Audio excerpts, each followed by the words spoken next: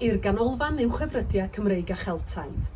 Dyma gartre geiriadur Prifysgol Cymru sy'n dathlu canmlwyddiant eleni.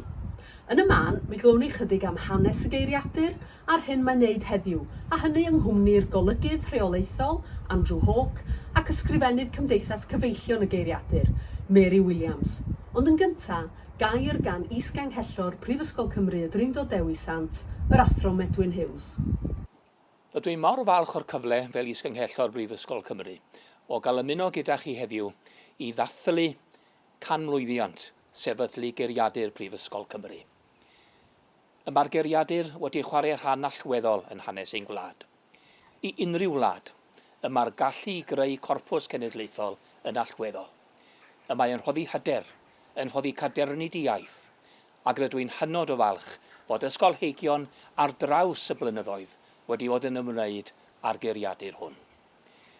Gai fanteisio'r y cyfle i ddiolch i'r holl staff sydd wedi bod yn ymwneud â'r ymchwil dros y blynyddoedd, a hefyd i Lywodraeth Cymru am ei nawdd. Mae hyder gwlad yn dibynnu ar y gallu i ddatblygu iaith ac i rymuso iaith. Yn ganolog i hynny, mae cael geiriadur cenedlaethol sydd yn sail ac yn sylwaith i ddatblygu'r iaith i'r dyfodol. Maen nhw'n ddathlu canrif o ysgolheictod yn ymwneud â'r geiriadur, ac yn edrychwn ymlaen yn hyderus ar gyfer y blynyddoedd i ddod. Reit, wel dyma ni yn swyddfeydd y geiriadur, ac ar hyn o bryd ni yn stafell y slipiau. Dyma'r stafell lle dyn ni'n cadw deunydd crau y geiriadur, sef y slipiau dyfyniadau, lle mae dyfyniadau o destunau wedi cael eu cofnodi ar ddarnau o bapur. Well i fi esbonio hanes y geiriadur. Mae'n eiriadur hanesyddol. Mae'n disgrifio datblygiad y Gymraeg o'r testunau hynna nôl yng nghyfnod hen Gymraeg, yn 8fed, 9fed ganrif ymlaen, reit hyd at y dydd hwn. Felly, ond mae'r geiriadur yn seiliedig ar dystiolaeth yn unig. Felly, mae angen casgliad o ddyfyniadau o'r holl gyfnodau'r Gymraeg wedyn, gallwn ni edrych arnyn nhw a phenderfynu sut mae'r geiriau wedi newid i hystyr ag ati dros y cyfnod yna. Felly mae'r geiriadur eleni yn 100 oed. Cafodd ei sefydlu yn 1921 ar ôl brwydr hir i gael geiriadur Cymraeg tebyg i'r Oxford English Dictionary oedd yn dal i gael ei olygu ar y pryd yn Rhydychen. A benthycodd y geiriadur yr un syniad ag oedd gan eiriadur Rhydychen o ran gwahodd gwirfoddolwyr i ddarllen testunau i helpu gyda'r gwaith wedyn o gasglu'r dystiolaeth. Felly, cafodd yr ysgrifennydd cyntaf, sef Bodfan Anwyl, y dasg o recriwtio darllenwyr, a gath ei ati drwy gyfrwng y wasg, ar y radio, ond yn benna drwy ysgrifennu llythyron. Ysgrifennodd e dros 2,000 o lythyron at wahanol bobl yn gofyn iddyn nhw gyfrannu at y gwaith. Y syniad wedyn oedd bod gwirfoddolwyr yn cael 1 neu 2 o lyfrau a set o slipiau gwag, a wedyn byddwn nhw'n darllen y testun yn ofalus ac yn nodi ar y slipiau unrhyw eiriau oedd yn taro nhw oedd o ddiddordeb arbennig am ryw reswm, neu oedd yn enghreifftiau da o'r gair yna. Hynny yw bod y cyd-destun falle yn helpu i esbonio ystyr y gair. Felly, o fewn blwyddyn neu ddwy, roedd ganddyn nhw tua 150 o ddarllenwyr gwirfoddol oedd wedi cychwyn ar y gwaith. A pharhaodd y gwaith na wedyn am 7 mlynedd ar 20, a dweud y gwir. Ac erbyn hynny, roedden nhw'n ar tua diwedd y 19fed ganrif. Erbyn hynny, roedd pwysau mawr ar y brifysgol i gyhoeddi y geiriadur, i ddechrau golygu a cyhoeddi'r geiriadur. Felly, penderfynon nhw fod popeth heb gael ei ddarllen eto, y byddai'n werth penodi golygydd a dechrau golygu'r deunydd. A chafodd R.J. Thomas i benodi wedyn yn 1947 yn olygydd cyntaf y geiriadur. Wedyn cychwynodd ar ei waith ac o fewn 3 blynedd roedd y rhifin cyntaf o'r geiriadur 64 tudalen o A i anghynanadwy wedi cael ei gyhoeddi. A wedyn dyna oedd y patrwm wedyn am weddill hanes y geiriadur mewn gwirionedd. Bob rhyw flwyddyn byddai'r rhifin arall o'r geiriadur yn ymddangos nes bod 61 o'r rhifynnau wedi cael eu cyhoeddi yn gyfan gwbl erbyn 2002. Y bwriad yn y lle cyntaf oedd cael geiriadur o rhyw 2,000 o dudalennau mewn 2 gyfrol.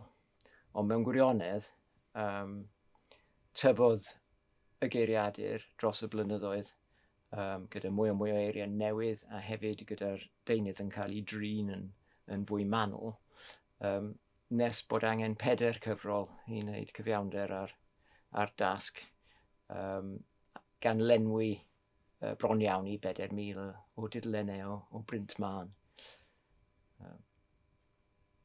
Felly, ar ôl cyrraedd diwedd y daith yn 2002, eithon ni nôl i ddechrau rwyddo'r wedyn, roedd A a B yn arbennig wedi cael ei gwneud ar raddfa dipyn llai.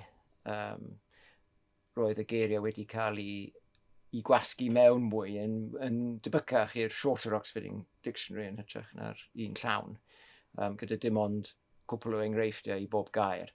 Felly,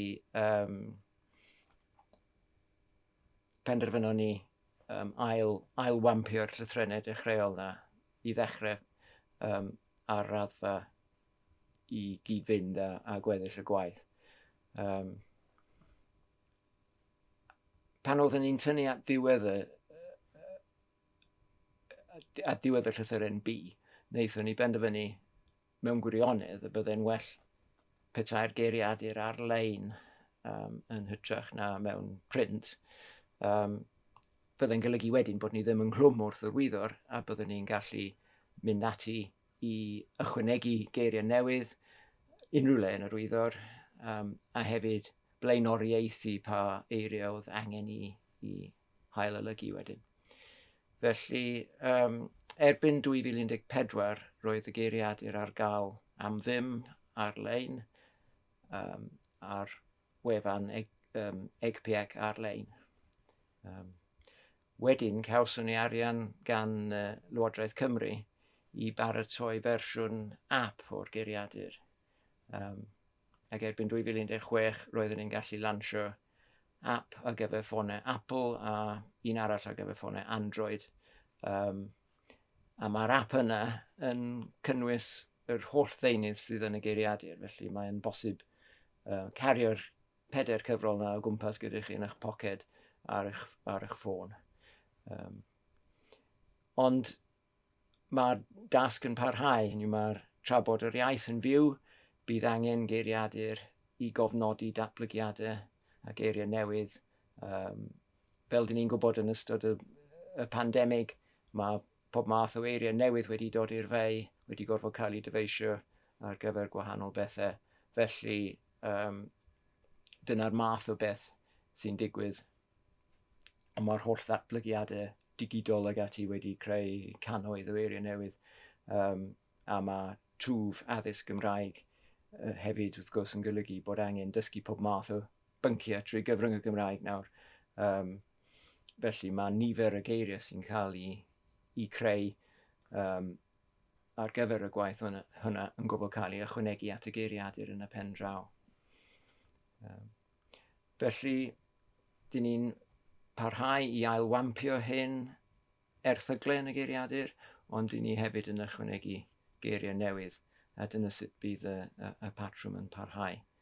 Un peth sy'n wahanol yn ddiweddar, wrth gwrs, ydy dyn ni yn yr 11 ganrif ar 20 nawr, a mae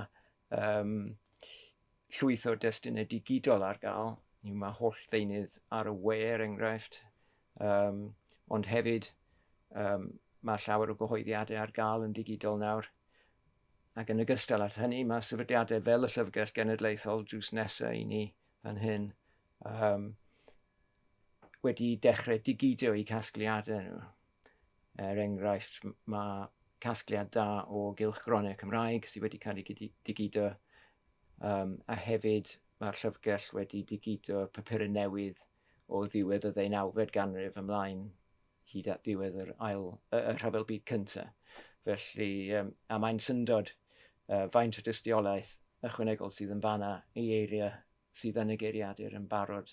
Ac yn aml iawn, dyn ni'n gallu dyddio'r enghraifft gynhara ganrif neu 2 ganrif yn gynt, neu hyd yn oed mwy. Felly, mewn ffordd mae'r dasg yn mynd yn fwy bob blwyddyn, achos mae mwy o dystiolaeth. A dyna sut bydd y gwaith yn parhau, siŵr o fod. Helo na, Mary ydw i, sef ysgrifennydd cynllun cyfeillio'n geiriadur Prifysgol Cymru, ac rwy'n falch dros ben o'r cyfle i gael dweud helo wrth gyfeillion y geiriadur. Fel y gwyddoch, mae 2021 yn flwyddyn bwysig iawn yn hanes y geiriadur, gan ein bod yn dathlu ei ganmlwyddiant. Yn anffodus, nid yw'n bosib dathlu fel bwriadwyd, ond mae gen i'n raglen o ddigwyddiadau rhithiol eleni yn ogystal â chynlluniau ar y gweill ar gyfer y flwyddyn nesaf. Ac wrth gwrs, cyfeillion y geiriadur fydd y cyntaf i gael gwybod am unrhyw ddigwyddiadau. Mae'r geiriadur yn falch iawn o'r cynllun cyfeillion a sefydlwyd yn 2017, ac mae cefnogaeth y cyfeillion yn hynod o bwysig i'r geiriadur. Fel soniodd Andrew, mae pobl Cymru wedi chwarae rhan allweddol yn hanes y geiriadur drwy ddarllen testunau Cymraeg i gyfrannu at y casgliad slipiau sy'n sail i'r gwaith. Mewn ffordd, y darllenwyr hyn oedd cyfeillion cyntaf ECPIEC. Heddiw, nid oes arnom yr un angen am ddarllenwyr, ond yr ydym angen cyfeillion i'n cefnogi, i hyrwyddo'r gwaith ac i gyflwyno'r geiriadur i gynulleidfaoedd newydd mwyn iddynt fedru gweld a gwerthfawrogi pa mor ddefnyddiol ydyw a pa mor berthnasol i'r oes hon. Diolch i chi am fod yn ffrindiau da. Efallai nad yw'r rhai ohonoch sy'n gwrando ar y cyflwyniad hwn wedi ymuno â'r cyfeillion eto. Cofiwch yr ydym bob amser yn falch i groesawu cyfeillio newydd, mae'r cyfeillion yn cyfarfod ddwywaith y flwyddyn, am ddiwrnod agored yn Aberystwyth fis Mehefin ac yn sesiwn y cyfeillion yn yr Eisteddfod, eto yng Nghwmni'r Llywydd Myrddin ap Dafydd a rhai o staff ECPIEC. Anfonir cylch lythyr blynyddol at y cyfeillion sy'n cynnwys nifer o bethau difyr, gan gynnwys neges gan y Llywydd a'r golygydd rheolaethol Andrew Hawke ac erthyglau gan aelodau'r staff. Mae'n werth ei gael. Felly peidwch ag oedi, ymunwch ar cyfeillion heddi. Gan bod y geiriadur yn dathlu, mae gennym gynnig arbennig i'n cyfeillion. Mae'r llyfr nodiadau hardd hwn yn cynnwys beiro ar gael am y pris arbennig o 50 i'r cyfeillion. Mae'n gofnod arbennig o ganmlwyddiant y geiriadur ac yn fargen am y pris. Nid oes nifer fawr ohonynt ar gael, felly peidiwch ag oedi. I archebu, ewch i wefan y geiriadur neu gysylltwch â mi. Ac os nad ydych chi'n aelod o'r cyfeillion eto, mae modd i gyfeillio newydd ei archebu wrth ymaelodi. Felly, unwaith eto, hoffwn ddweud pa mor braf yw i fedru dweud helo wrth gyfeillio'n ECPIEC, a diolch yn fawr i chi am bob cefnogaeth. Edrychaf ymlaen at fedru cyfarfod y flwyddyn nesaf. Hwyl i chi am y tro. Erbyn heddiw mae'r geiriadur llawn ar gael am ddim i bawb ar-lein. Teipiwch ecpiec.cymru yn eich porwr gwe ac ewch yn syth i'r geiriadur ar-lein. Os nad ydych wedi ei ddefnyddio o'r blaen, gallwch gael cip ar y cymorth sydd ar gael yn o glicio ar y gair cymorth ar brig y sgrin. Mae'r geiriadur hefyd ar gael ar ffurf app ar gyfer Android, iPhones ac iPad Apple a thabledi Amazon Fire. Ewch i'r App Store priodol a chwilio am ECPIEC, neu sganiwch y codau QR ar y sgrin gyda'ch ffôn. Mae'r apiau yn gweithio yn debyg iawn i'r geiriadur ar-lein, ond yn ogystal gallwch lawrlwytho'r holl ddata, tua 9 miliwn o eiriau o destun, i'ch ffôn, fel y gallwch chi ei ddefnyddio unrhyw bryd, signal ffôn, Wi-Fi neu beidio. Bob diwrnod gwaith byddwn ni'n cyhoeddi gair y dydd ar Facebook, Twitter a twt.cymru. Cyfle i ddysgu chydig am air gwahanol bob dydd gyda dolen i'r cofnod yn ec ar-lein. Mae pob croeso i chi ymateb i'r rhain ac anfon sylwadau neu ei hoffi, fel bydd eich ffrindiau yn cael eu gweld nhw hefyd. Yn ddiweddar, mae BBC Cymru Fyw wedi bod yn cyhoeddi eitemau gan staff y geiriadur ar eiriau tymhorol, ac ar hyn o bryd mae cwis ar gael. Beth am roed cynnig arno? A chyn bo hir bydd erthigol yno i nodi canmlwyddiant y geiriadur, gyda gair arbennig i bob llythyren o'r wyddor. Gobeithio hefyd i chi gael cyfle i weld yr eitem ar y geiriadur ar y rhaglen Cynefin ar S4C yn ddiweddar, pan ymwelodd Heledd Cynwal a swyddfeydd y geiriadur. Wel, ers nifer o flynyddoedd bellach, rydym wedi bod yn ffodus iawn i dderbyn nawdd sylweddol gan Lywodraeth Cymru, sy'n gweld y geiriadur fel congolfaen yr iaith yn ei polisi tymor hir Cymraeg 2050. Mae gwaith ec yn sylfaen pob math o waith geiriadurol a therminolegol arall. Felly mae'r Llywodraeth yn ystyried bod parhad at datblygiad y geiriadur o'r pwys mwyaf. Bydd angen geiriadur fel ec tra bo'r iaith Gymraeg yn parhau, ac mae'n bwysig ei ddiweddaru ac ychwanegu geirfa newydd ato o hyd. Gwaith gwirfoddolwyr i raddau helaeth oedd casglu tystiolaeth yn ôl yn ugeiniau a 30au'r ganrif ddiwethaf, ond mae lle o hyd i'r cyhoedd gynnig tystiolaeth i'r geiriadur. Os dewch o hyd i eiriau newydd, rhoi'ch wybod i ni gyda tystiolaeth os oes modd, fel y gallwn ni ystyried ei cynnwys yn y geiriadur. Hefyd byddem yn falch o glywed gennych os dewch ar draws dystiolaeth gynharach i air na'r dystiolaeth gynharaf sydd gennym ni ar hyn o bryd.